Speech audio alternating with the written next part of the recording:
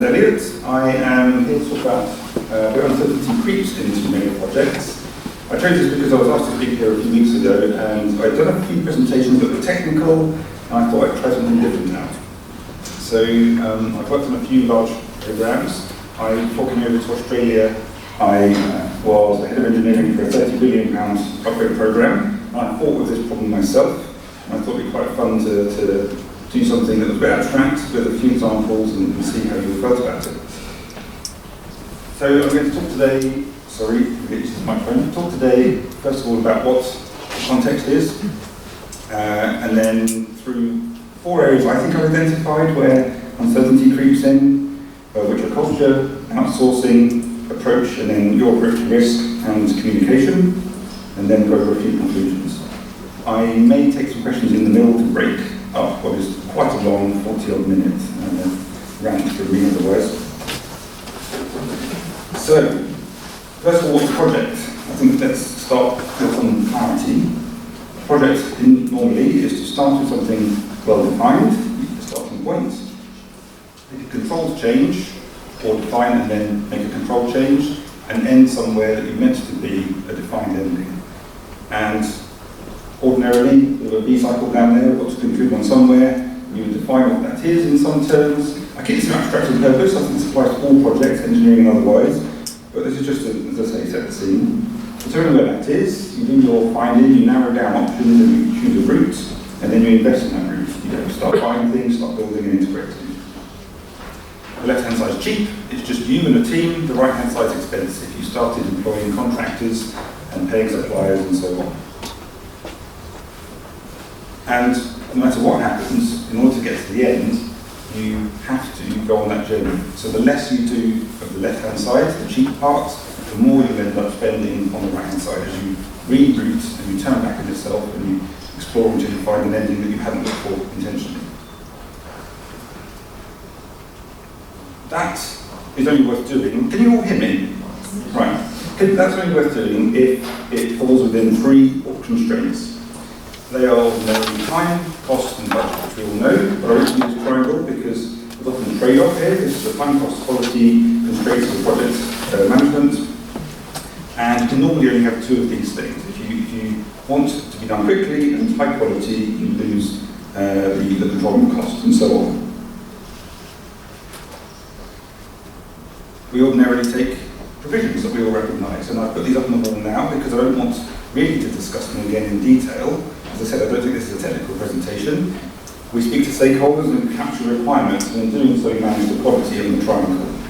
We will use a schedule to manage time, and we will manage cost using an estimate or a model of some sort. And in order to stay within that triangle, we manage risk, and we capture usually a risk register to understand what risk we've got and to declare how we're going to manage them. Is that something that, so far, I think this is something that's been familiar to everyone? I'm going to assume that we're doing these things well. I'm not going to go into the detail on these areas, but not necessarily thoroughly. So 80-20 applies. Ordinary project management so far. What's a mega project? I say that even though I think these principles apply to all projects, it's worth talking quickly about the kind of projects where I think this happens the most, and that's mega projects. $1 billion, that's meant to be US, but it's a notional point. Projects that are complex, involve lots of stakeholders, that involve lots of political actors, probably lots of community groups, and one of the biggest features is that they give back something to everybody. It's not just the shareholder who wins, but ordinarily there might be academies come out the other side, or new standards, travel, and the ability to get around the city. It's something that affects community. And I think these are the kind of projects that we ordinarily talk about here. A unique aspect about these projects then for me is they have very specific qualities and ordinarily have a published deadline, which means you can't anymore pursue the low-cost option. And we talk about it, this is for me, the first introduction into where uncertainty creeps in. We pretend we can explore that whole triangle as we are in these projects, that we can optimise for cost and we can optimise for time. When the truth is, which for example, with a transport program, you are ordinarily care very much about the particular qualities of safety.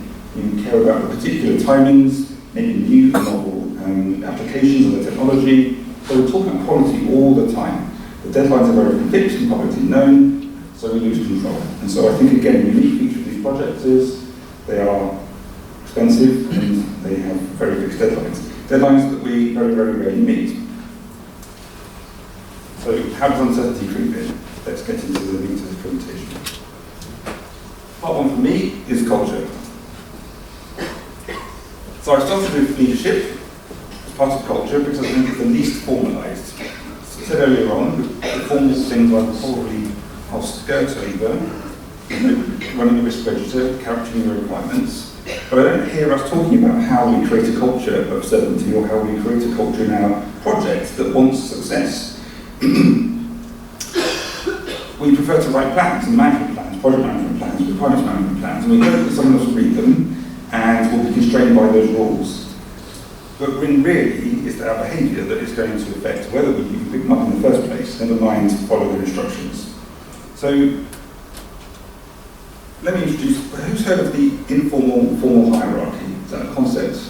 Any show of hands? No, fine. So the idea is, formal hierarchy is your org chart. You work for, this morning, because I mentioned this the other day. You work for somebody, and they are accountable for the thing. And that's the formal hierarchy. So we've all seen that printed everywhere. The informal hierarchy then is you know to get something done, you don't speak to your boss or the person not necessarily accountable for it. You go off and you ask the person who's charismatic and is influential, or you go to the person who has the keys to the cupboard, or whatever it may be. And for me, that actually is what makes teams run, what makes projects successful. If you spot those actors in your team and work with them well, and they set a good example, then your project probably has a good control of certainty. It respects governance, it puts things through change control.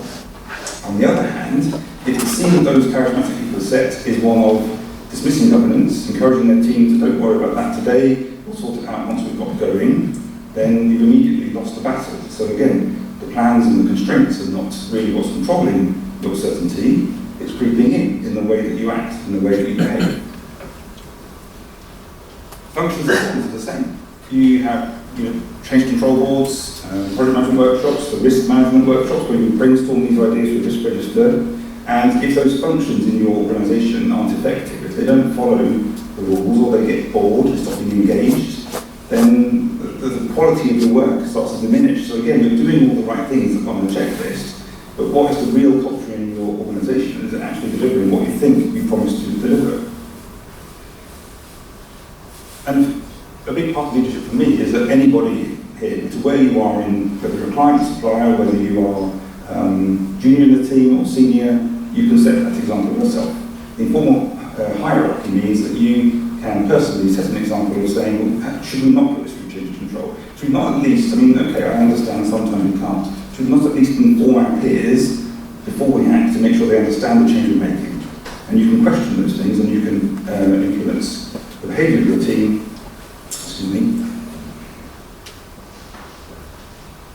and how they work.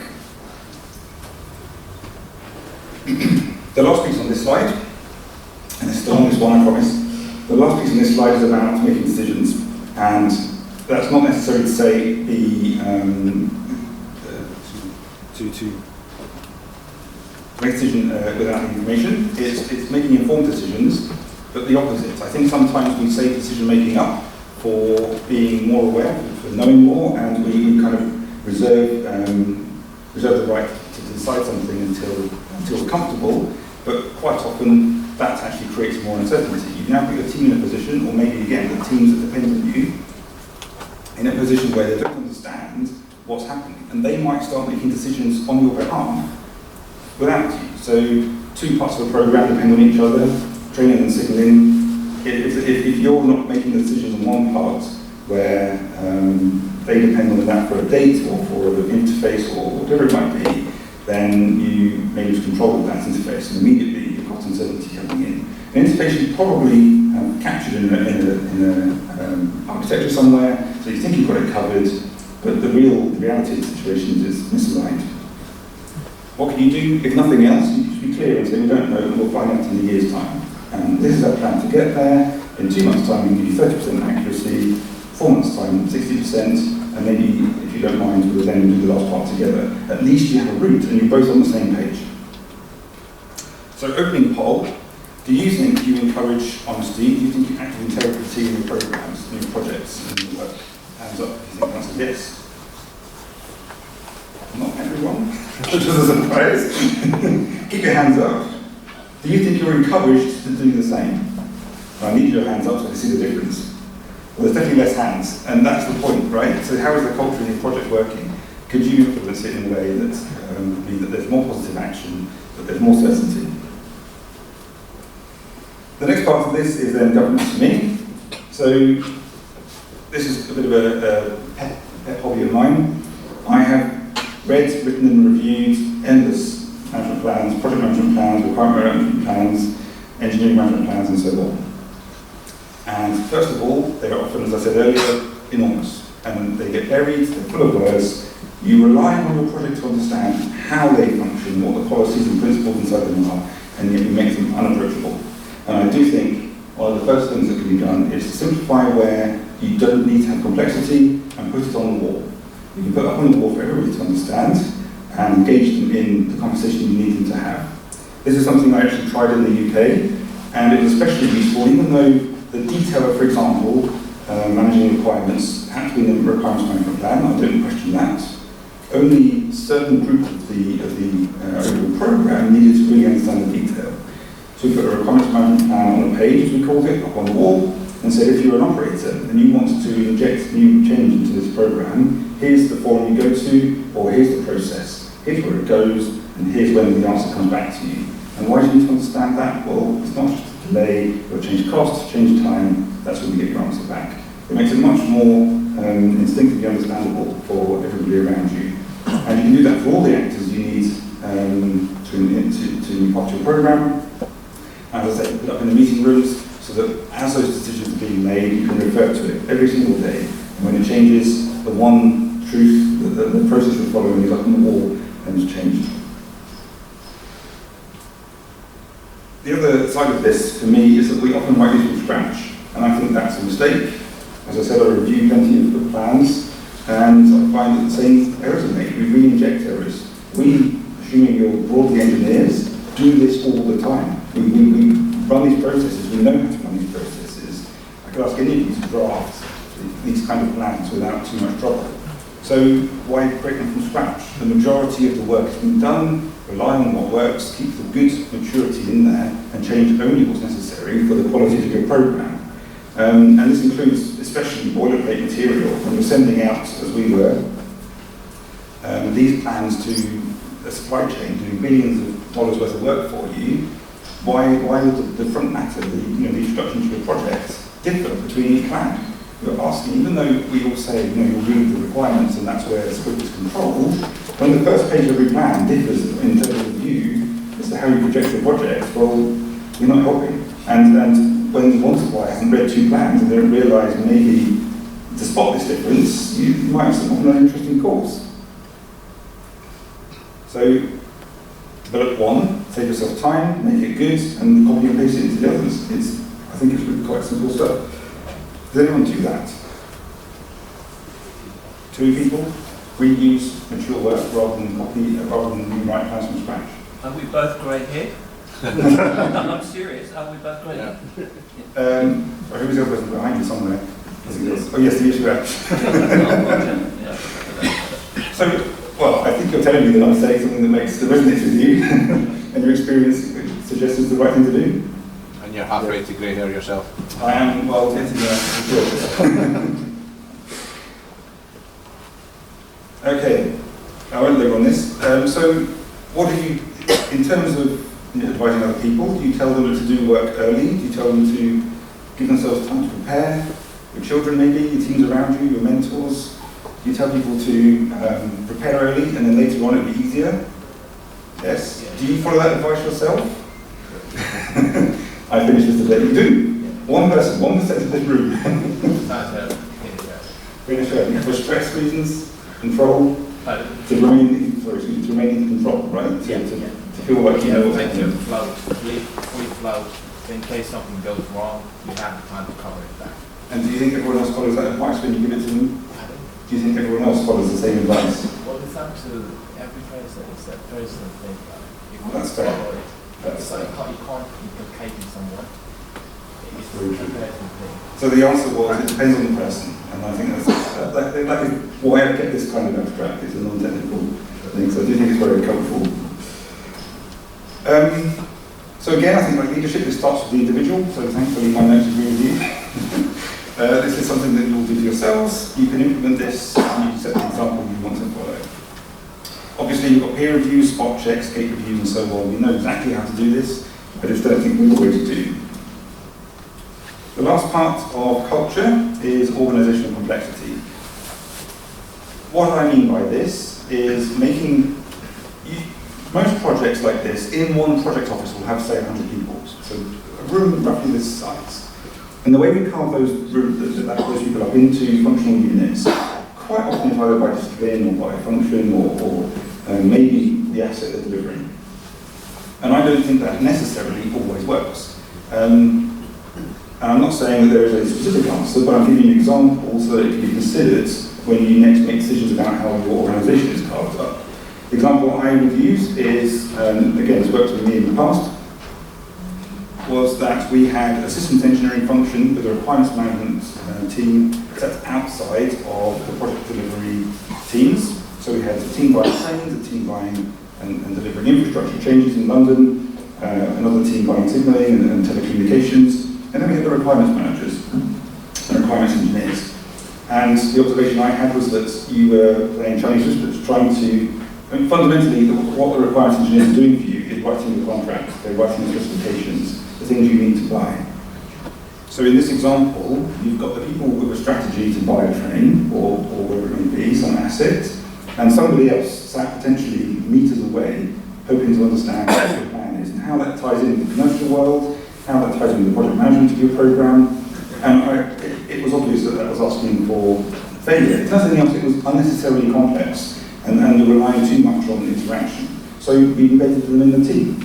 And in fact, even upskilled the team themselves so they could write their own technical requirements, and they would be reviewed then by experts rather than written by them separately.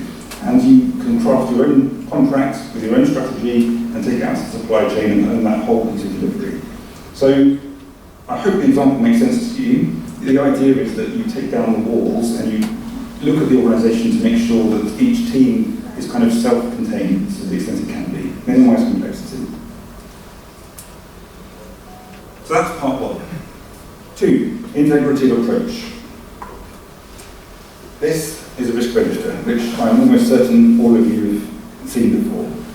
And I suspect, and I'm gambling on all of you seeing and having written the risks just like this, with maybe a few words changed.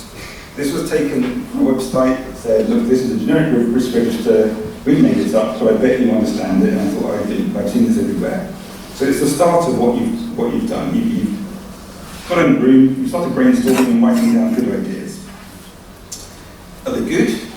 Well, if you're talking about a specific area of delivery, maybe. If you can genuinely comprehend the thing you're dealing with, maybe. It's a good start at the beginning of a project when you're just exploring what you're going to do, and you can capture the kind of risks that might apply. But who knows what you've forgotten? Because for sure, the answer isn't you. You don't know what risks are meant to be in here that aren't.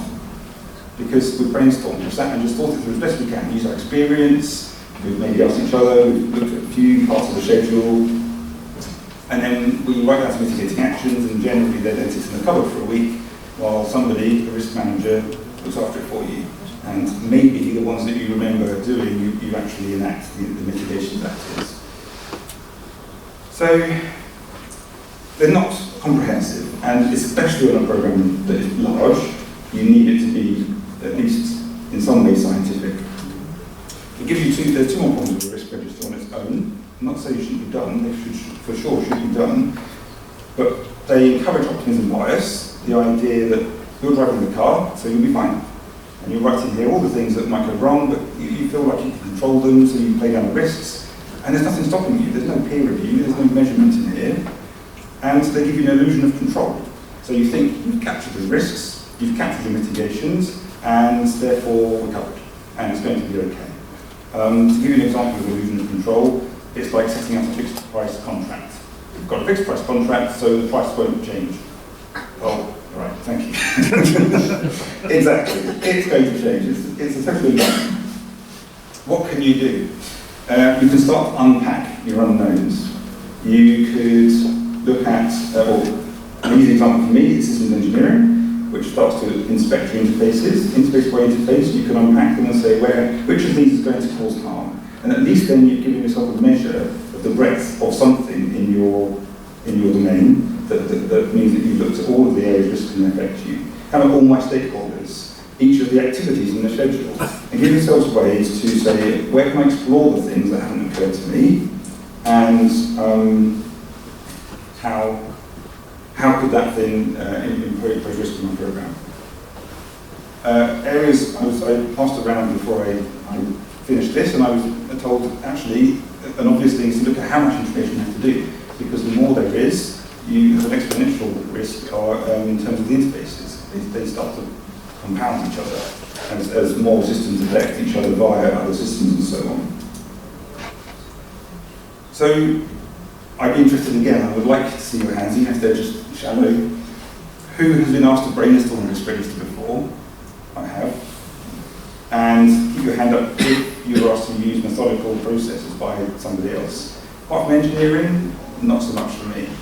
I'd say half of you, maybe more, put your hands down for doing something that's methodical rather than just brainstorming. And I suggest this because I think this is actually quite a straightforward approach. This isn't a hard thing for us all to do. Finally, this is a bit harder, so you tailor it for the risks that you care about. Use empirical data. Go and take some measurements. Past performance. What do your peers do? Other projects? Have you been across the country or across the world? You can call them, email them, you don't need to go there. Look at completeness in your design. Look at the rate at which your requirements are being agreed or your defects are being closed out. And take all of those metrics, which are all available to you, and if you can't extract them from the system you're using, somebody in the team can, probably the graduates, because they're smart with IT, and they will help you unpack it, laughing because it's true. They will help you unpack that data and teach you something about yourself. And immediately that then can go back into your risk register as a real number that you're basing your probability, frequencies, and so on. So it's a feedback loop. So you've done all this work, put that information back into what you're doing and learn from, hone in on where you're going. Sorry. And there's something here called uniqueness bias I've got on the wall. I saw this, I worked on the Underground before coming over here, and this is strong in the tube environment there. The idea that it's so unique, what we're doing is so different to everyone else, they couldn't possibly tell us. And I was more surprised when actually I found that's pervasive in the industry. And when you go out and ask your peers, even if the application isn't exactly the same, they probably have similar problems, they probably have at least ones that are relatable. Maybe you need to go to one for the complexity and the other for the application of a platform edge door, but you can go and get that information. If nothing else, see if it exists, rather than just trusting your own instinct. And it's particularly hard when you're bringing in new people into the team and you're always telling them you don't know yet because you've not been here long enough. Only when you've run the Underground for 14 years can you possibly comment on the risk register. Well, your job surely is to spot that around, inform them. So open yourselves up to helping them grow so that you're in a better place yourself.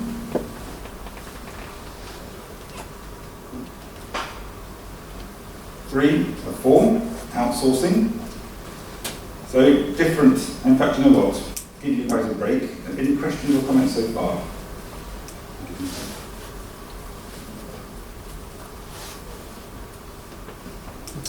Packaging.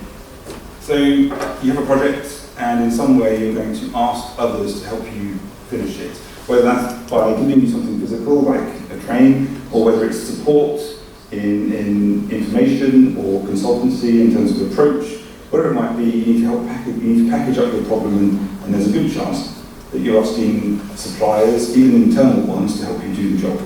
So that's what this is about. And the first thing I want to say is it's not a jigsaw. There's a big approach to, you know what you're doing, you're buying cement. You know what you're doing, you're going and getting parts for that bridge. And quite often, those things don't take form, they don't take shape until after the contract's let. So your packaging has to be open to the fact that there are unknowns as you start. And one of the things I wanted to comment on here actually is the fact that there is a tension already. There are people in your team telling you that they think it's straightforward, means they don't see the complexity you see. So you're already in different places.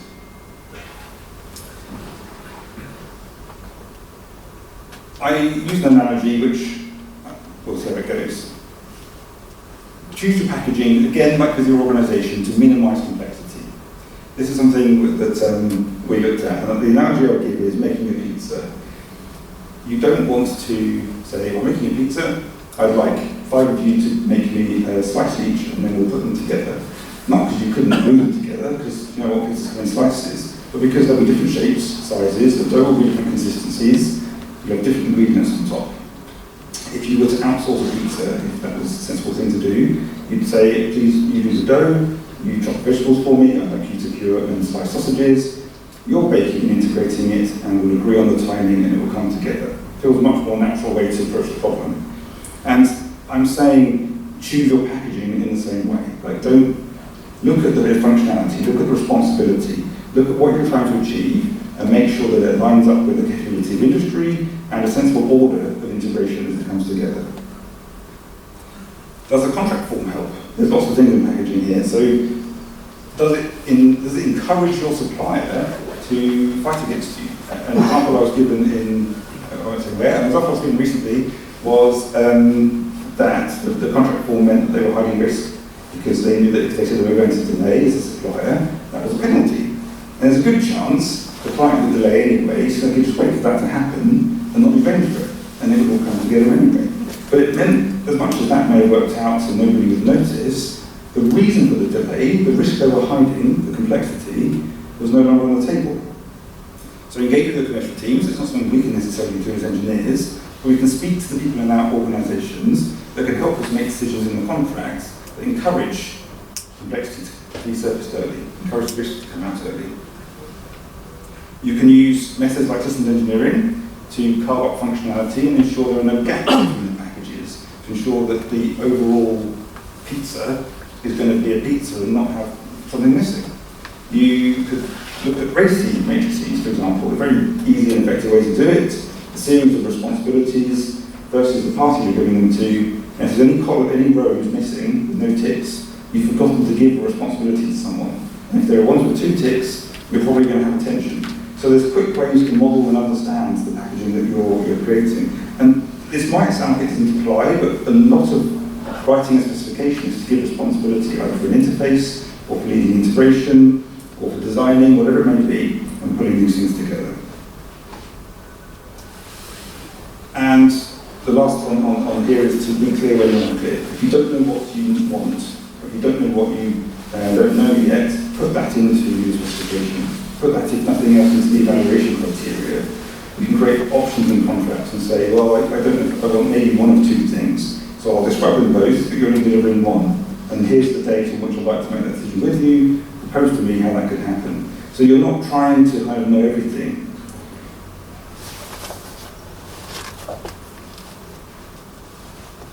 I may have covered this slide. I'm talking ahead, we'll see how we go.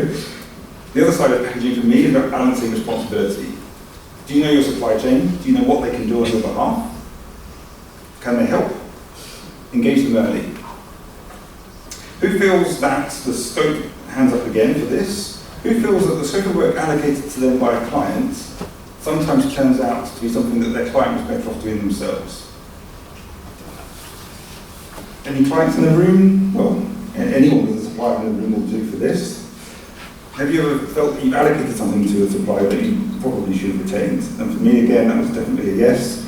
Asking a supplier to gain acceptance from my operator, that was a bad idea. Maybe it works for others, but yeah, especially in a very highly unionised environment. Berlin Brandenburg, they gave 60 small, this is an airport project in Germany, which I'm certain you've heard of. If not, definitely Google it. There's a slide with a link at the end. They gave 60 different companies responsibility to build their airports, hoping they could push them on price. And what they got was, and what they still have, is an airport that doesn't function, and it's closed. I said earlier, they run a train through it a day to keep the air moving, and that's it. So, Costing them €1 million a day. it's more 1 million euros a day. The train or the whole airport? Just one it is. Yes. So, I mean, it's a very extreme example, and we don't think we could fall into that trap, but I think we all agree we think of Germans as organised and intelligent, and they did. So, again, maybe that's unfair. So we could. I mean, I do think you can see it around you. Looking at how, for me, another example is systems engineering and integration. It's responsibility. If you're integrating something at your level, you can get help. You can get partners in and consultants in to help you. I don't think you can outsource that to the supply downwards, because you're now asking them to change contracts. Part of what system engineering does, or your integration work does, is look at interfacing and changing the size of contracts. So you're asking them to tell you when there's a problem, and then for you to engage with your stakeholders, and then go back to an answer if you like it, and to infer. And eventually, when you agree, you pass those changes down the supply chain. Bed them in, you take responsibility, although you outsource the effort and bring that in-house, and then you can flow that down every time there's a change that can be managed in-house. For me, again, it's a natural and easy example to give, but hopefully you've all got examples in your own mind.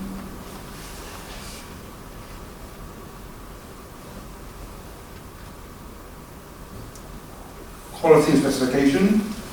I mean this in the round, don't mean specifically the requirements. First of all, I think it's obvious to say that the cost is low at the beginning. This slide says the black dotted line is your control over cost over time. The red line is the real cost incurred, and the yellow line is where you're committed. So effectively, you sign a contract early, the yellow line goes up, you're committed to spend, and then your real expenditure goes down over time. What this says is if you are choosing between a Mercedes and a Ford, then while you're choosing, you can change your mind and nothing's happened. Lots of control over influence. I look at buying a Mercedes, it's going to cost me twice as much, but that's the idea, and I can control that now. Once I've made that decision and moved on to the next place, the committed cost has gone up, I've now committed and signed a contract and ordered the car, the price has increased. So my control all happens in the first 5% worth of the investment of the program. After that point, I've committed you've committed to all the likely contributors to cost in the project. Whether that's in uncertainty or whether that's in the decisions you're making in terms of buying something expensive. So that first piece of time, that first 5% of effort, it may be a few years, but that first 5% of cost is where you should put your effort. That part's probably straightforward. But examples I would use to talk about what you might think about here is, for example, whether you specified in the right areas. One example I've seen again in the past is where we allow the operators to get very excited about certain parts of the control system. They want a button here, they want this particular lever over here, and we get very carried away detailing that. We've all forgotten there's this big risk or this big uncertainty. In my case, again, using London there, that tunnel infrastructure, if you haven't seen it, is very highly complex, ancient, and if you touch it, it all falls apart. So we should be saying that to the supplier. If you're going to come and work for us, these things are going to break, these things have no contacts for you to connect to, you've got 3 hours a day. That's where the real pain lies. But instead, we were encouraged to, this is the sort of thing we fought back with, encouraged to detail a HMI that actually, a human-machine interface, that actually the supplier was better to take a lead on. We were asking for mature technology, so they should be telling us and working with our operator to hone the details. So choose where you put your effort. Maybe you're going to accidentally spend lots of money by ignoring something that's going to hurt you. Another area, and this is in a similar vein, is the difference between what's called input and output specification. By the way, I will send the slides out afterwards, all the details there if you want to use it. Output specifiers to say that I want a specific outcome, but I don't really mind how we get there. I need capacity. And how you deliver that to me, well, I'm open, apart from the constraints of the tunnel and the constraints of the power, I'm open to your ideas. Rather than saying, I want this specific throughput at these specific stations, if you can get away with it. Again, it depends on where you are. But choosing between those two spaces and writing carefully for the actual problem you have is vital to controlling uncertainty. And one of the reasons for doing this is, you won't find these things out until it's too late anyway. Your suppliers will be diligently compliant, telling you they're satisfying a requirement that you didn't mean to write, and that's the problem. And they're building to it and designing to it, and then they turn up and they try and interface and try and connect, and bang, now you find out it doesn't work. Or they're now spending ages redeveloping a new widget just for you because they thought you wanted that peculiar thing. Again, Berlin, Brandenburg, as well as now costing £1 million a day for getting nothing. Excuse me. The architects decided that they didn't want shops. Shops would mean people would be, as they put it, dragging bottles of liquor around the airport, ruining the aesthetic. I mean, how this got through, I don't know. But it's a good example. So all the shops were removed from the design. They were apparently awful. And they started building the airport. And while building the airport, worked out that shops, commerce, contributed 50% of the income of the airport itself. And had to retrospectively include a new floor in the design. I wish I was making this up, it's a superb example. Again. And that's what they did. They decided that they should build gates capable for the new large A380 aircraft after having already started putting small gates for regional jets, and then found that the A380, before the airport even opened, they stopped production. I don't know if you knew that, but it stopped a few months ago. And their airport is already out of kilter. And all these decisions are taken politically without doing enough research, without doing enough sense checking. Sometimes you don't know, that's fine. We're all in that position. So as I said earlier, a good way of dealing with that is to agree a strategy, and then you can iterate towards the outcome together. At least you're all on the same page. And that's often used for safety cases, where you at least agree the structure of the arguments, and the detail will be filled in later. And provided you've got it roughly right, you will go on the right journey. But at least nobody's disagreeing with you on the last day that the whole argument doesn't stand up. I'm not sure how much. Okay. So last section. I think we've all seen this diagram before. We've all laughed at this diagram before. I'd like to spin it slightly. The project sponsor is supposed to over-engineer the artifact, the swing. The user always wanted that. That was their right. And we can joke about the different inputs and the different views people have, but actually the context is everything. And that was their job. Their job was to come with an angle, to come with bias. So this strapline at the top is something I found in the media industry. Content is king, but context is God. And their business relies on impacting you, well, on you buying Coca-Cola or whatever it might be, right? All of you here have influence on a supply chain, probably doing something very complex, or on a safety outcome, or delivering something to a user.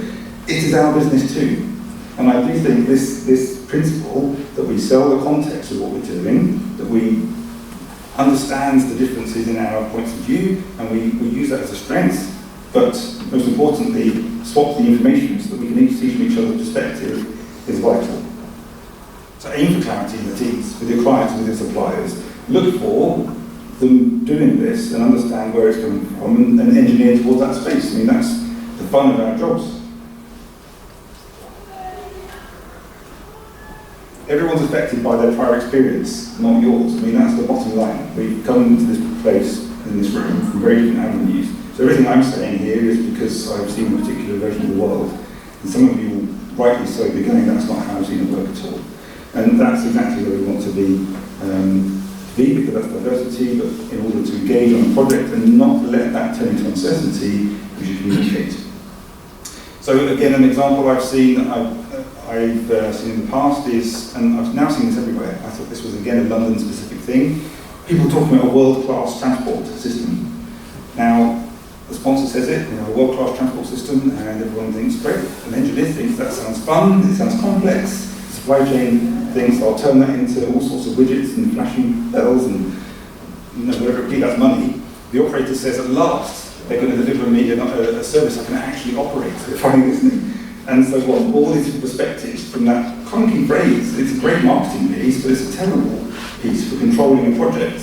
And there's a good chance the person who put it into the plan is the one also authorising expenditure. So why wouldn't they realise that that is actually hurting them? They're selling to an audience, but that's exactly what's going to allow this uncertainty to creep in. So the solution for me here is author or design with your audience in mind. And as a caveat, I didn't know who you were until you were in the room in front of me, so I couldn't research you. The other contextual problem is your environment. I think it's probably what we're more aware of, but existing assets, the EMC environment, political environment, climate change. Should we be designing for flooding?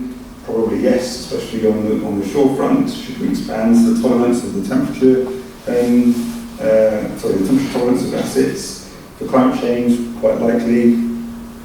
And examples for sure would be like the Eurofighter program, which set out with a single platform manufactured across Europe, and because warfare changed the types being manufactured, there's now a whole series of variants. Another example is the Elliot Western mainline electrification in the UK. They've had endless problems, that's not the point here. There are lots and lots of little issues, and that's easy to look up. But one area, they have a bridge that we'd say listed, a bridge that is protected in Oxford, which kind of adds to the problem. Can't be moved. The residents have said you can't touch it. It's too old and you can't close it for 10 months. We need that road to get to work. And so the trains get to that bridge, they lower their pantographs manually, the driver lowers the pantograph, it sails onto the bridge with that power for 500 metres, and then on the other side they have to raise the pantograph again. And this has got nothing to do with the scope of the project, this is the environment, this is the space in which you work. I had somebody from PTV talking to me. She said, she's one of the directors there, and she said the Melbourne's January 58 project had exactly the same problems. She was happy to say that while it's taken a long time to agree that how the terminus works, what they've learned is, rather than just focusing on how the projects are set up, she will always from now on engage with a cross-community forum right at the beginning, so that commissioning, so that the occupations, possessions, and the regional planning can be done in one place, and then there's no surprises, there's no last minute, no the road works tonight, or residents upheaval, because that information is all there, everyone can see it from day one.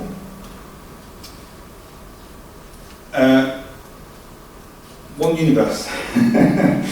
To myself off there. So, I don't know if any of you have heard of Sliding Doors, a film released in 1998. There's two reasons why this is relevant. One is because it's set on the underground, and if you're a geek, you know that, if you work there like me. It was set on the underground, and the second reason is, in a split second, missing a train, Gwyneth Paltrow's life changed forever. Right? Every meeting you go to, this happens. Every time you speak to somebody and they misunderstand you, that divergence starts. That's the point here. So for me, this is about making sure that you minute meetings if they're important, it's making sure that we talk to each other, as I said earlier. Anything that's important, we put on the wall, describe it, have one single truth. And if nothing else, when you're changing something, go and inform people who you're affecting.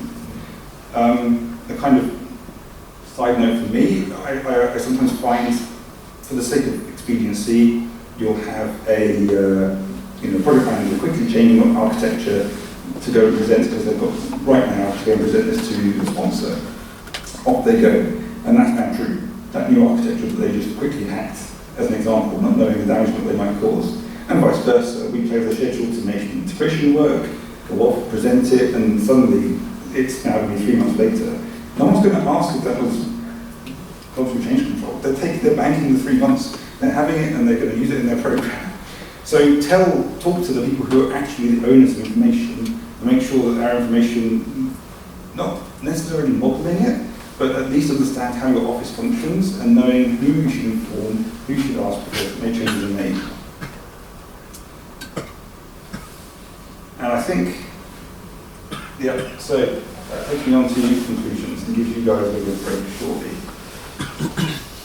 One, we don't always start with our one starting edition, we end up with one design and state.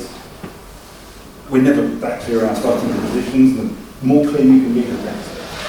Where that then takes you depends on how well you control change, and that happens in conversations, happens in meetings, happens in unintentional conflict between commercial constructs and technical ones, and whether you agree on what the outcome is. I mean, I won't do it.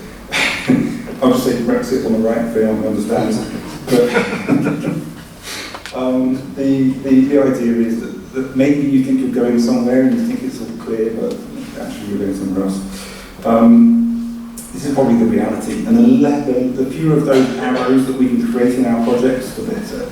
And taking more responsibility for doing that really helps. So communicate, collaborate, assume nothing.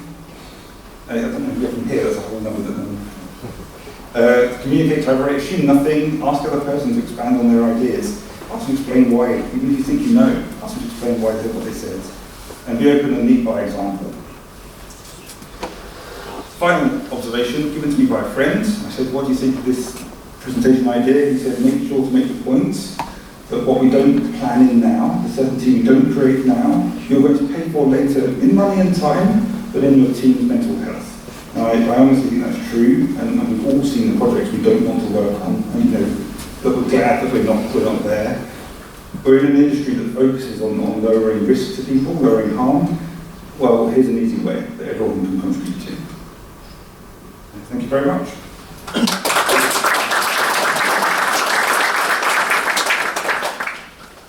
So I think we have about a quarter of an hour, 10 minutes to quarter of an hour. If there are any questions, otherwise there are sandwiches to finish.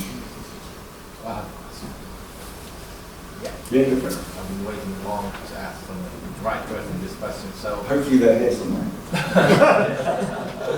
So when it comes to uncertainty, unlike other industries like manufacturing, retail sector, construction industry is a big, we are always over budget, over time, not in time, and like Germany, in Berlin, the airport is one of the biggest examples in recent times. So, do you reckon, are we victim to uniqueness bias? Yes, it's in my notes, I forgot to mention it. I absolutely agree, and this is it, we're quite siloed, quite excited about what we're doing, and we get carried away, and then stop and check for examples, for help from other people, bring in, doesn't have to be paid, you can call people around the world, and seminars like this, and what could be the reasons, we have a gap between what the customers demand and what we provide, always, most of the time it's the case. And then all these other over budget, overpriced, not in time, the quality is not good. We have more hazards than any other industries. So we have uncertainties all around our projects. What do you reckon? Is it the nature of our industry, or is it our mindset or attitude working in the industry, people working in the industry? There's been a lot of work on this. So the answer that comes out is because they affect so many things, and there are so many interfaces, and they're highly political, and the political bias and the changing political nature of the strategic political context injects change when it doesn't, it shouldn't happen, or makes decisions like the Berlin airport will use 60 suppliers was a political decision. It's not the price, rather than a decision made by somebody who understood how the dynamic might work. And I think that's cited as one of the biggest reasons. But I do think the way we carve things up and abstract, we allow too much spill between systems, too much spill between different domains, and kind of take each other's responsibility. And if you had a little bit of abstraction, you could have more control. It means it took longer, and this is the reason I think we don't do it. But a bit more abstraction and control between different phases or different functions would mean that you'd at least understand the changes as they were coming. Certainly, most projects I've worked on, those decisions are taken, and the rumour mill drives them into the projects long before the change control system can. And I think that's probably a big contributing factor. As I say, there's a lot of research, and the research looks from the outside and says it's the way you as a body, 100 people or more, are dealing with your environment, and actually it's flawed from day one. There's a counter argument that says if you did what was right in the first place, that these projects are expensive, you might not ever get authority to do them. And you need to kind of go on that journey together, invest and lose a bit of money, and see the overall come, and understand why. The pain's been felt, the complexity's been felt, and then they can invest further from that point. And if you try to build an airport with the right budget in the first place, you never secure approval. Whether that's a good excuse or not, I don't know, but that's it's a nice idea. They haven't worked on a really big project, that's region, small scale project, but I think it's reassuring because some of the clients doesn't understand the complexity of the project that they want to have, and they have limited budget, and so the contractor or the designer or whatever, they're trying to please the client and give the best that they can, and they put down the budget, taking the risk that they want to go in the industry, but then that's the risk they already, the budget is very low to what we're trying to, Absolutely. the reality of it. So I think the industry is also kind of putting that risk overall. I completely agree with you, but it comes back to the person who made that decision. They knew what risk they were taking. The reality is that person has limited budget, limited time also, probably the decision also making responsibility many factors around the person. I completely agree. Was there a specific question in there, or did you share an answer I there? think that's my personal observation with the current industry, because I keep, even a small project or medium-sized project, it's happened over budget. Why? It's keep reoccurring. Why? Yes. You never learn. Yeah, but yeah. I mean, there is, I think, again, a bit of an excuse for us is the amount of investment on these programs is bigger than ever before. So realistically, the experience doesn't exist. We're all learning as we go, and we've got to teach each other and learn and share experience, because there aren't enough people. If you were to try and get experienced people from 10 years ago, there aren't enough of them to service the amount of investment. So we're all sharing on the two. We're going to give you a good manager for lowering costs. An observation I was going to make regarding the risk register, and then your earlier response to the gentleman here about political bias, is that probably the one consistent omission from risk registers for a lot of, as you might say, public projects is the political influence or political bias, that because a constructor or supplier feels that they're not able to mitigate what the political changes might be, they put it to one side or hide it or ignore it. And really they shouldn't. It should be up there as this is something that we are going to have to deal with. If there's a change of political party in government, or there's a change of, head of department, these are the things that will happen. Absolutely agree. Yes. On the slide around leadership and culture, I forgot to mention exactly that. We're so keen to kind of not notice stuff that's really painful sometimes. Cognitive dissonance, where you think, well, someone will catch it, someone else there'll be a gate, or there'll be a check and a balance, and you're just not asking for it to come back and hurt you. I've got a question. Most of the uncertainties in the project comes from the client itself, by unrealistic duration and unrealistic cost targets. So when the tenderers are tendering, even though they got a feedback from the previous project, but they tend not to put that one in because otherwise the cost will be high and they won't get the project. So to do that, the customer services directors or the managers, they reduce the cost drastically and put the uncertainty into the project. And the project manager or the project director who is delivering the project, he's under restraint from the first day of the job. Yes, absolutely. I completely recognise that. I think sometimes they see other opportunities. I've seen that happen not just because, are we getting the right value for what we're delivering? In those situations, maybe the answer is no, or we can't. But perhaps there's another opportunity in there that the project director is seeing, that for them is worth more. Future, that success or that trust turns into something else, whatever it may be. And the business is better than none. Your competitors are going to do it if you don't. So somebody's got to take that hit, and maybe they've decided that they're happy to do that. So this means the project manager is not managing the project, but he's managing politically and waiting for Yes. some opportunities will come so that he will get some money out of that opportunity and minimize the risk. But for the very beginning from the project, they are not, looking for the uncertainties, but they are looking for the culture. Yes, you're absolutely right. And all I would say, what I try to say today is, if you see that, speak to them. Maybe they don't see what you're seeing. Speak to them and say, are you aware we're carrying this risk? Are you aware we're going to find it hard to deliver? What's your plan? Do you have one? All those sorts of questions. And they may change, or they might say, I have a plan, or no, I just kind of think you're smart and you'll deal with it. But at least it starts to tease out. Maybe they're seeing something you don't, or you understand the context. The best you can do is try and get on the same page as them. But it's happening with every project, and it all depends upon the culture of the client.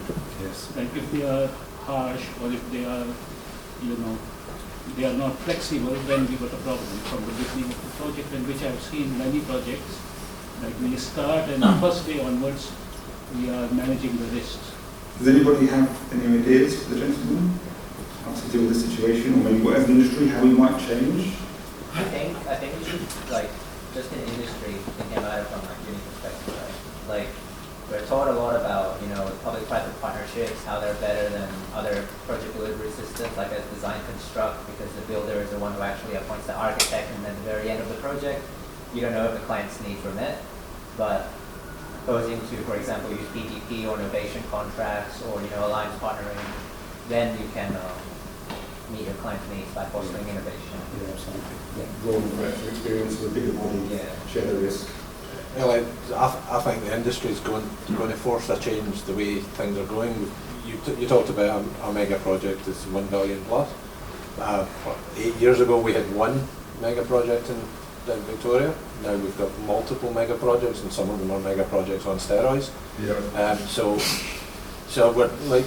we've not necessarily got the experience to deal with those things, and so on. But we're talking about a boom without any profit amongst all the contractors and so on.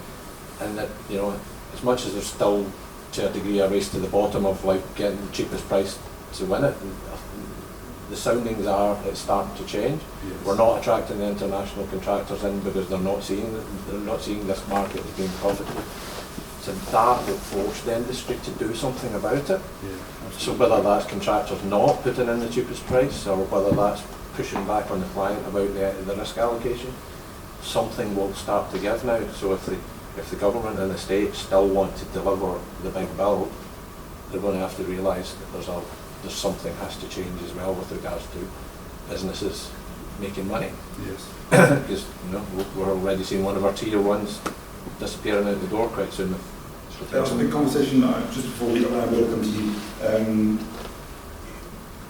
A soundbite that resonated with us, as I said, we're spending sort of $30 million, was there's no point putting your own supply chain. Probably one of 3 or 4 suppliers who can do this into a position where they might go bust, because they're the only ones to help you finish.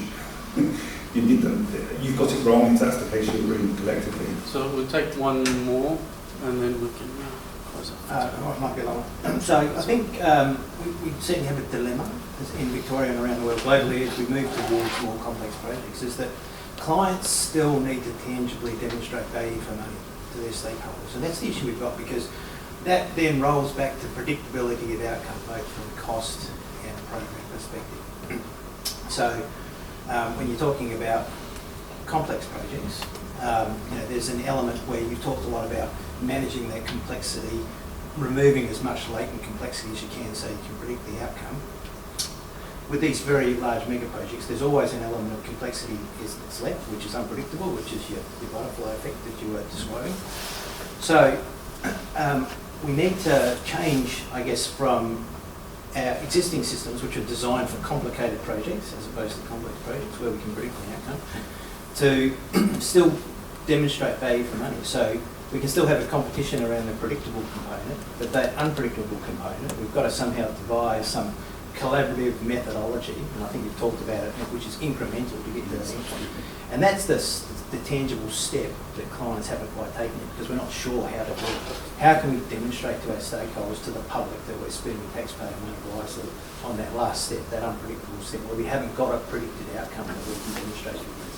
I think actually that's the answer to the. Sorry, can I just respond to that from a defence perspective? They've recently gone to, well, recently for a couple of years now, what they refer to as smart buyer workshops, and that's where for a particular project or concept they'll actually run workshops, invite any who might be able to contribute to elucidating a solution which addresses these unpredictable aspects in particular, and a way forward from that, so that when a project actually goes forward to specify and to tender for a particular solution, they've got a smart frame of mind. They know what they really expect and what is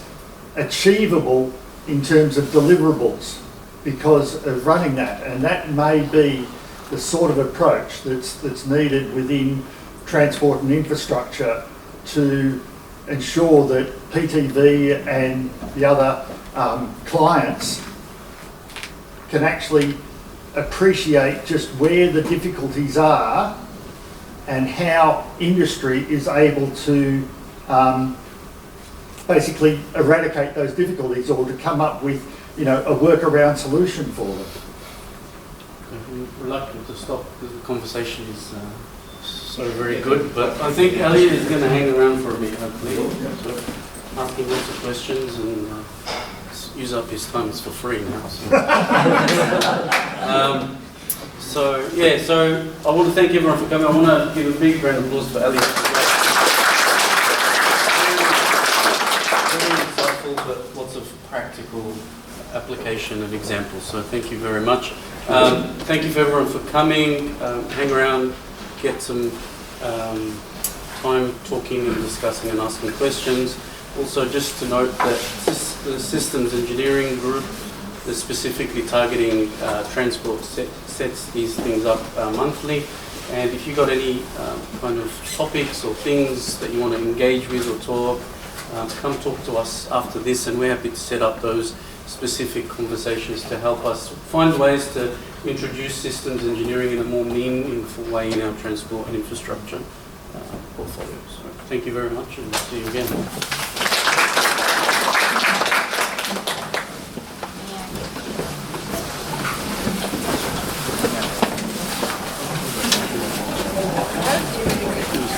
Huh?